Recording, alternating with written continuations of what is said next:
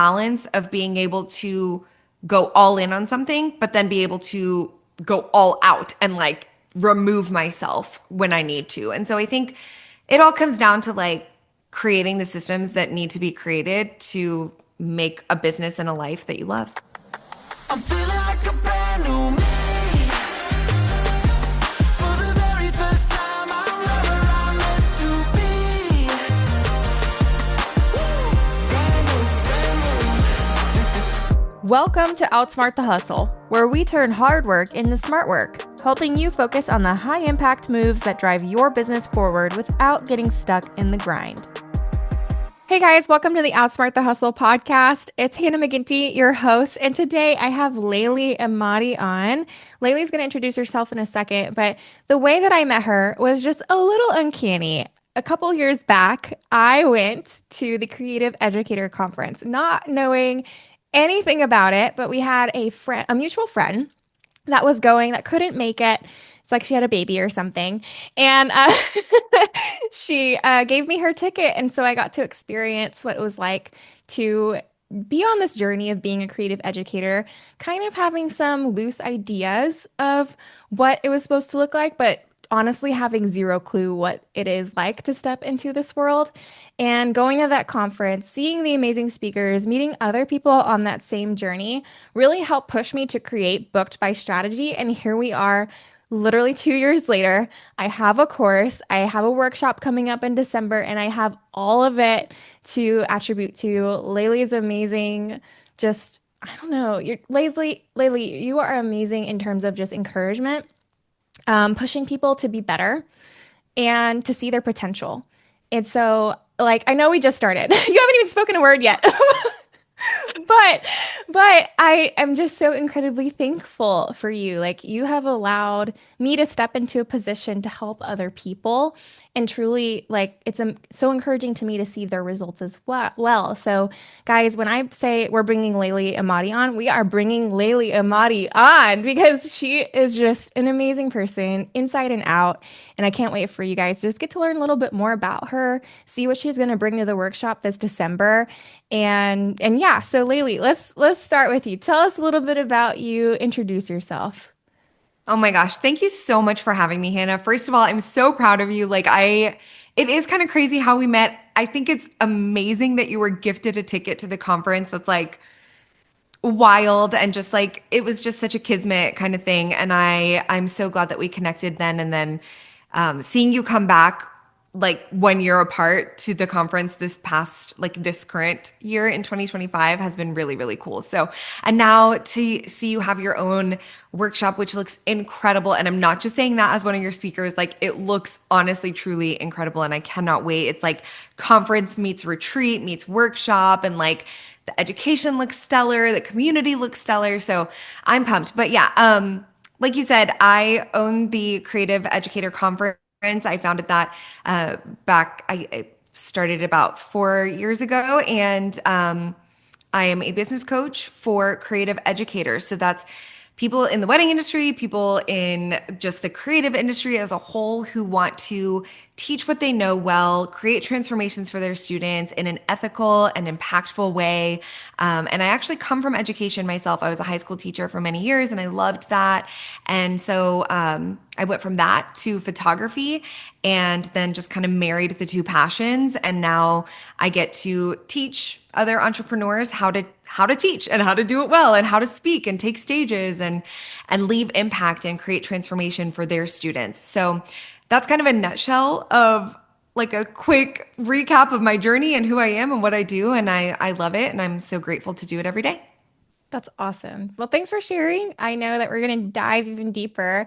I want to know from you because you have such a like colorful history of just like what you've done and like it's I what I love and admire about you is like when you know something's not working, you're okay to cut it. You know, if you're like this is not fulfilling me, you just are like, okay, let me find what is. And Yeah. I think some people are kind of afraid to quit stuff because there might be this unspoken guilt or shame of like, I've put already so much time into this one thing, why quit now? But I think you've found that balance. And so, what does success feel like to you now? versus what it used to look like in your early days of your career?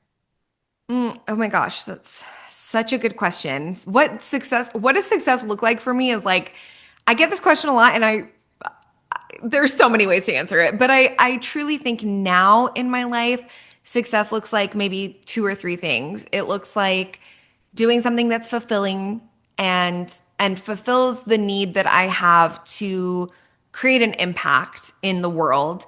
And when I say in the world, I don't mean it needs to be this like on a global scale. I mean like in the world, whether it be with one student who I work with, who then can go make that ripple effect and make change in their lives and with their communities.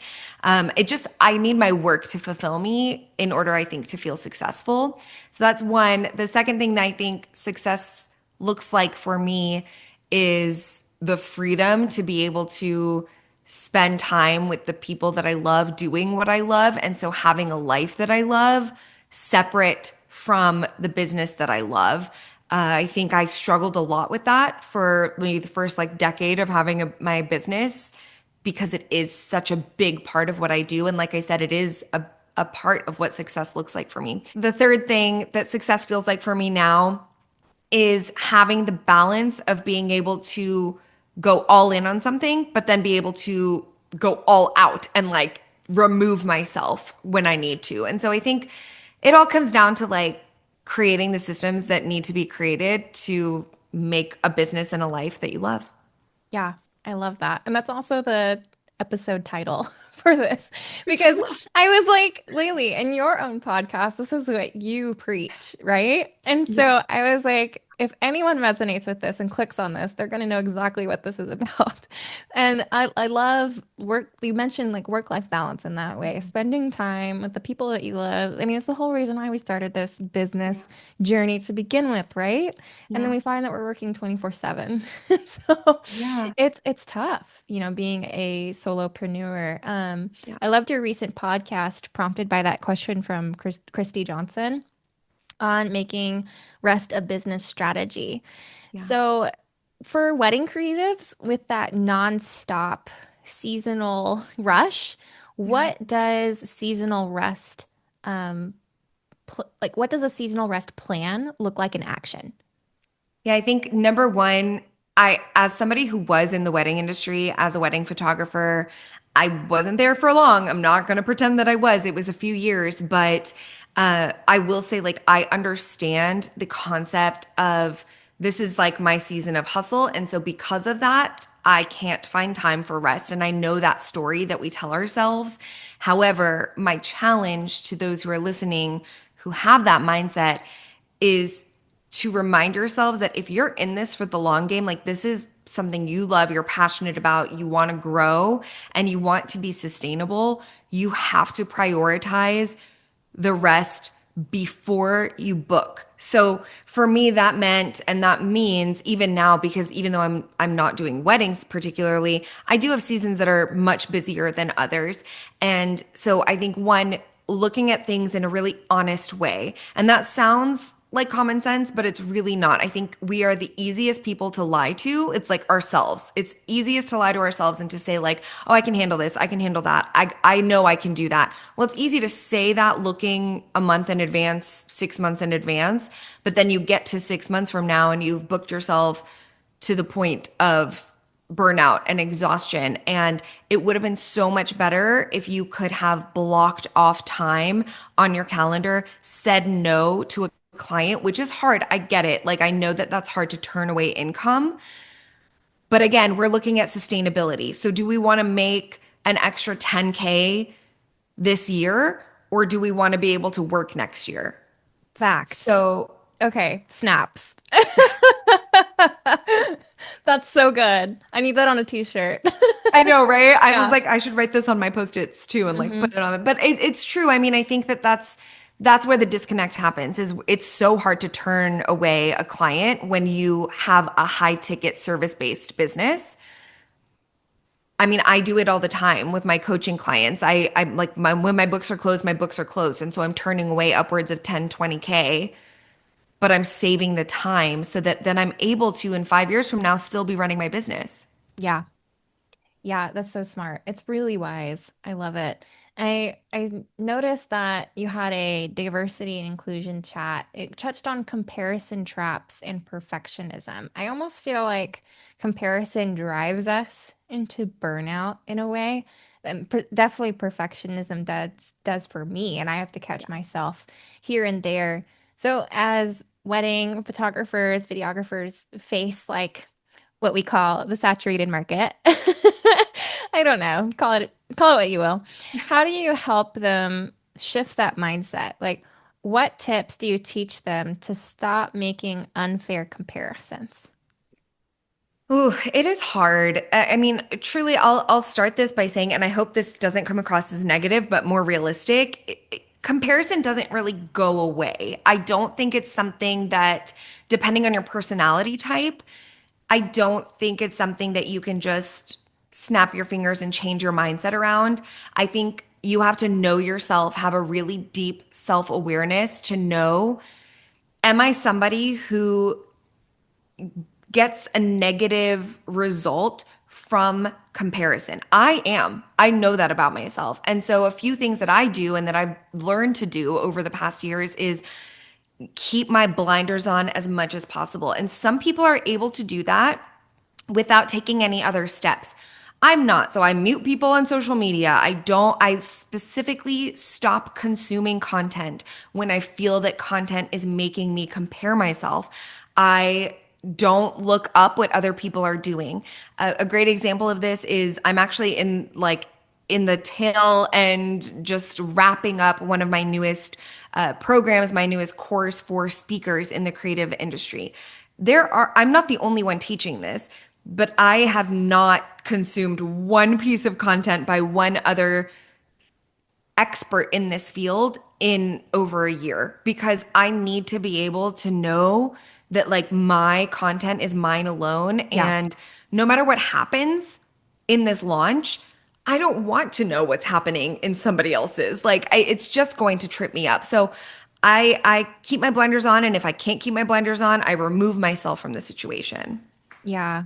Yeah. There's a healthy blend for sure because like you want to be inspired Mhm. by people, I guess we could say like who are quote unquote better than you, who have like more experience, Yeah. more hours on the stage, or in our case, like more hours doing weddings and stuff, or they have a higher price point, so we think that they are better.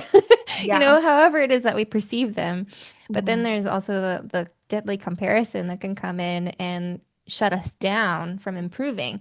There's a healthy blend of, oh, this person inspires me to be better Mhm. versus I am putting myself down because this person appears to be better. Yeah, and Um, you've got to kind of know like when is that impact happening? Like you've got to have a gut check of like, do I feel inspired or do I feel bad about myself? yeah, yeah, for sure. Love it. So I know that you began as a teacher and then a wedding photographer, and then, or was it, wait, am I mixing it up or do I have the right No. order? Yeah, I was teacher Okay, first, then a photographer. cool. And Yeah. then you later transitioned into creative educator, now speaker. So what sparked that pivot and how did your photography roots shape your approach? So my journey was unique in that it was not like a hard pivot. Nothing I did was a hard pivot, even though it felt that way to some. Hmm. So, from the outside looking in, you might think I did like these huge, drastic career shifts, which I did. However, it was like such a natural progression for me. So, for context, I was a high school teacher, but I was also the dance director and coach. And so I was there. I mean, there were years that I taught English and core subjects and things like that. But the majority of my teaching was in fine arts. And so being tied in with the arts, photography was a hobby of mine forever. And I started photographing dancers and students, and those dancers turned into high school seniors. And then their parents started paying me. It was just such a natural Yeah, progression. And then those kids got married and hired me for their weddings. I Like, see. again, very, like step by step, it was like walking a path more than making a pivot, you know? And then parents parents of dancers. I live in a I taught, actually, I don't live in this area, but I taught in a pretty affluent area. And so some of the parents had better gear than I did, didn't know how to use it. So they wanted to learn how to use their stuff. So then I started teaching them how to use their stuff. And then some of them, some of those quote unquote moms with cameras became baddie business owners, but they didn't know how to do it. So I helped them run their business. So again, like step by step, right? And then as I started teaching photographers how to be business owners, I met a lot of other speakers and a lot of other teachers in the industry who didn't have what I had in terms of training to be an educator. So there was this gap that I was trying to fill, and they would ask me for help and mentorship, and they'd ask for coaching on like, how do I take what I know and break it down? So again, that was a natural progression. And in each arena, my thought was never to leave the last career behind. As early as teaching, I was not the teacher. This is not the normal story. Most teachers are like, get me out. I didn't want Yeah. to get out. I thought I was going to be a lifelong dance director and fine arts teacher. And it was only because I was burning out and spreading myself too thin that I had to make the decision to leave that behind. And same thing with photography. I started speaking, I started teaching and doing courses, and I was like, I can't do both. It's too hard. It's too much time, and I'm one person. Mm-hmm. So, yeah, so that's kind of how I decided to make those pivots, in that the decision was almost like laid out for me, and I just kind of had to trust the process. Yeah. Yeah, that's cool. Side note, the VIP speaker, Ray Myers, you taught his daughter in Wait, Drill Team Dirt. Ray Myers, like Brooke Myers' father? Yeah, yeah. Stop. So he texted me the other day and he goes, What? OMG, I know Laylee Emadi. She was drill team director for my daughter. Oh my So gosh. And Brooke was one of my officers, like my one of my little babies. Like I yeah. like she was like my actual child, even though I think I'm not old enough to actually be their mother, but I could be their older sister. But I loved this girl. Oh, I love him. Yeah. So isn't that so cool? You're gonna get And they're to such a meet him great in family. Wait, December. I'm so excited. Yeah, yeah. I was I'm like, like, wow, what a small world. I get to see Ray. Yeah, yeah. So I don't know if you saw the post, but he's gonna play guitar. Um, so I He's met him amazing. originally because of his band, his cover band. They were doing 80s songs, and he's a business coach. Yeah. So that's how all this got connected. But This is a wild small world stuff. isn't it? This Isn't is it literally crazy? insane. All right, I'll wrap us back. So I scrolled back on your podcast a little bit while I was doing Okay. some research to find like what are some good questions to ask about burnout. I saw that you had a podcast about burnout. It is episode 111, which I know you were way past. So yes, I scrolled far back. I love it. But you got real about burnout and you had to take in this summer hiatus. Mhm. And what was so interesting listening back to it, I was like, oh my gosh, this is when she was starting Creative Educator Conference. Yeah. And yeah, so what were some red flags that you had identified that told you it was time to pause? How can the creative professionals who are listening to this podcast spot these signs before they hit that wall? Mm. Such a good question. I think I'm still reeling over this right now. I'm sorry. I'm literally like my brain is like, come on, Laylee, like it's okay. You guys can reunite later. No, red flags.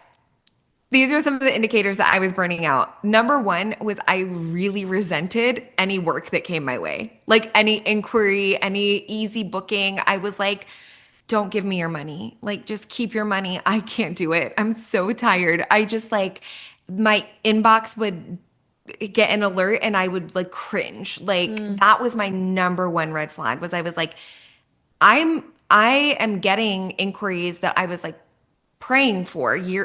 last year or like 6 months ago, and now I don't even want to like answer them.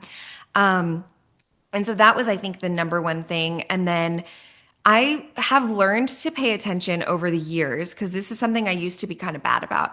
I pay attention to like external cues from my friends and family of if I'm starting to say no more than I say yes to like see people or talk to people or make time for people, that's usually an indicator that things are skewed. And it's not, like I said, seasonally things get busy. So like my friends and family know the next month, don't talk to me. I'm finishing a course. Like I've got to film it, I've got to get it done, I've got to market it. Like we're not talking until a month from now. But if it's something that's like repeatedly happening, not just seasonally, that's a red flag for me too.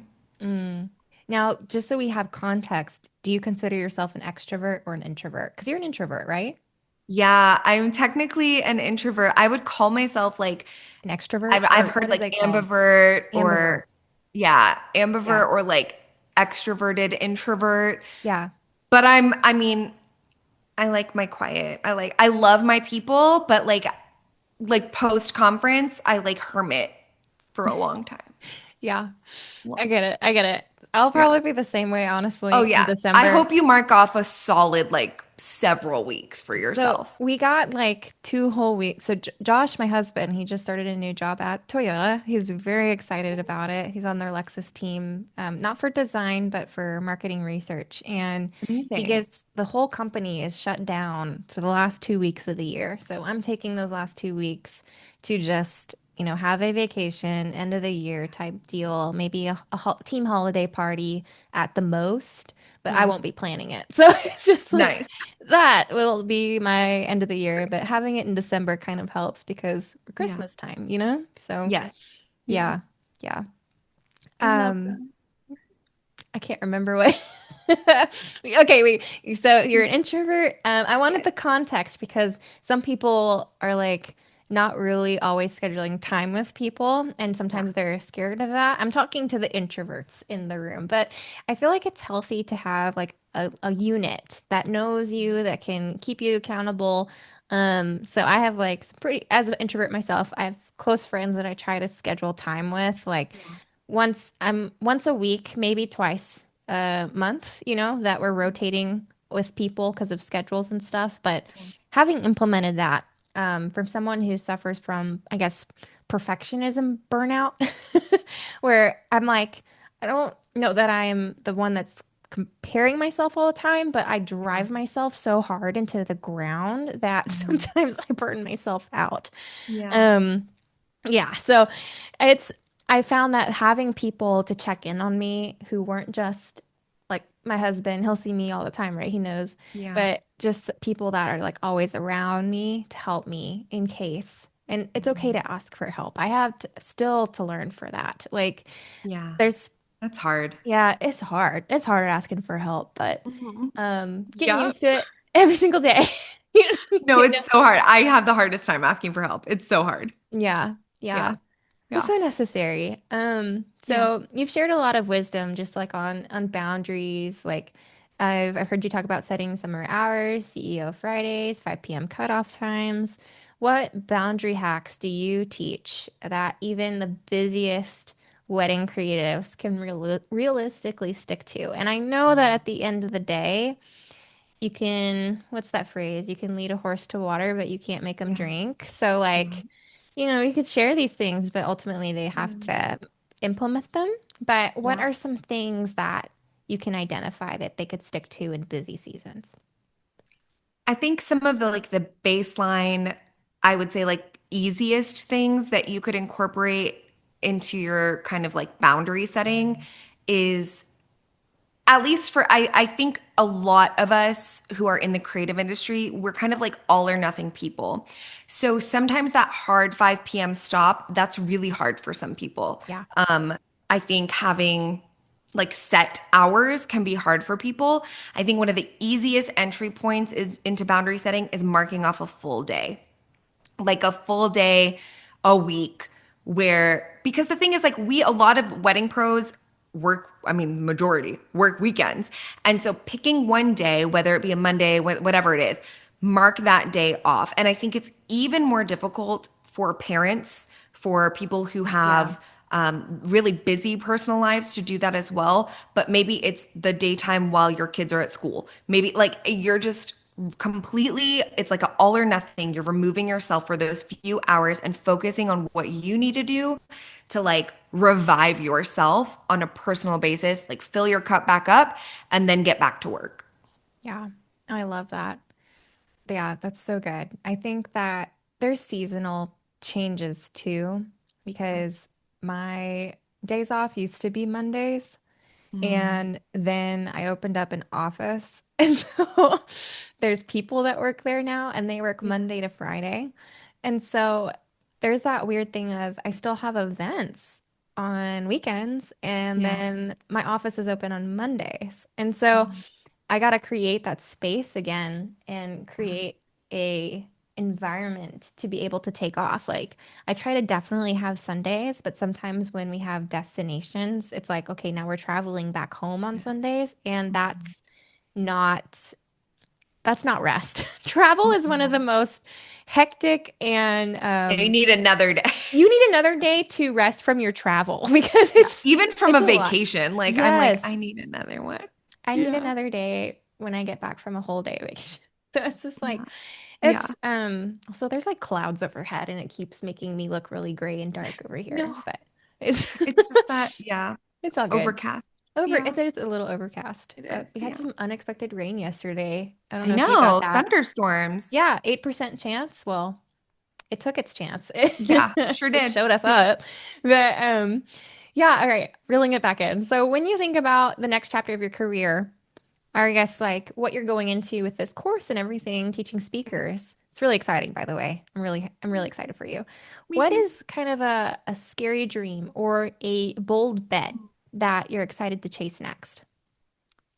That might be the hardest question I'm asked. I think I it's funny because a big bold dream I always have had was the conference and building a community and like not to sound cheesy, but like I truly am living like my dream come true in that perspective. So I honestly like when I think about the next steps in the business, I haven't had anything pop up that's been like a massive, big, bold dream that's new. I've always Hmm. said at some point, like I would love to maybe write a book or that's been a dream of mine since I was like 12. Yeah. So I don't know if that'll ever happen. That's not me saying I'm like working on a book, you guys, but like that would probably be the biggest, boldest dream I've ever had. And like I said, I think I first came up with that as like a small child. So who knows? Hmm. I don't know. You know, something I've also want to do is write a book. So when you say you want to write a book, maybe we could start writing a book, like not together, but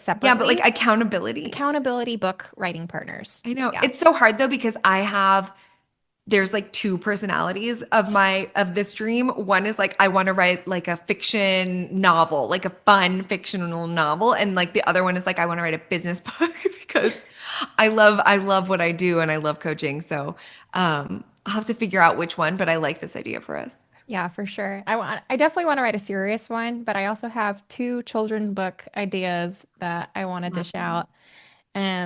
They may involve dinosaurs, but we'll see. So Love that. I love that. yeah, but it's cute. You know, it's a cute little idea. We'll see if it goes anywhere. Let's do it. Um, but yeah, I always say like if you're not scared, sometimes like I've been living on this and you know, we take this with a grain of salt because you're kind of Yeah. living your dream already, but I'm like if the Yeah. dream's not big enough to scare you, it's like what you doing? Are you Come up with it comfortable? anyway. Like, you know, like and It's so time. yeah, yeah. And so I think that that's really cool that you've pushed hard and you've made the dream happen and Yeah. then it's in a way that's sustainable and scalable and you're doing the dang thing. And so like that's just so admirable and it's really cool to celebrate those wins and to see how far you've come and Yeah. you know, I don't know how others to say this other than gratitude. You know, just Yeah. like I was just thinking that. I was like, I have wow. so much gratitude for what yeah, Yeah. for the business and for Hmm. where it's gone and who it's invited in. And like you're the prime example of that. Like I adore you and I without this I would have never met you. Yeah, that's true. Yeah, dang. So, without giving it all away, can you highlight one light bulb moment or transformation that attendees can expect at our Booked by Strategy workshop in December? So, Oh my like, gosh. are you gonna do any industry myths, flipping on the head, or are you going to surprise them with something else? Like, You know, I have so many things I could say about this. I think without giving too much away, I think something that attendees can look forward to from at least from hopefully my session at the workshop is changing the way that you view the things that you do on a daily basis and seeing the impact that those smaller changes and intentional changes can make in the long run. And I think just like being ready to completely shift your mindset on so many things. And not that's that, by the way, I think will ring true for my session, but also for a lot of the other sessions that having stalked all of the other speakers, I think it will be a very transformative experience for a lot of people. Yes, for sure. Like we're going to focus a lot on business and on mindset because a successful business starts with you, right? You as the person, the owner, and how can we take care of you as the owner, right? I love the idea of not only is this a retreat to actually be able to functionally rest, but you get to work on your business and you get to make content for your business to market it. So I kind of just wanted to put all three of these amazing things into one week for people. And I really hope that people come out of this transformed in a way that leads them into something better. So that's my dream, you know? And so we're going to see it. This is the first time we're ever doing it, you know? So I got to kind of step into it in humility, but I know that we're pulling in so many amazing people and we have an amazing planning team. So the only thing we're missing now is the attendees. We need them to sign up, you know? Yeah. Yeah. Yeah, I mean, honestly, I think I'll give you just an encouragement, Hannah, and to all our listeners. Like, when you do something like this with the intention that you have and you know very clearly what you want people to walk away with, there's no way that somebody is going to invest their time and resources, show up and come out of it disappointed. Like I would put my money behind that 100%. I think when people show up in a room with other people who understand what they have going on, who have been there before them or are currently with them, they're going to walk away with so many amazing like outcomes that they may not even have in mind when they first show up. So I'm really excited to see what all of your attendees walk away with. And I know for a fact that I think everyone that's going to show up is going to leave just so happy that they made that choice for themselves.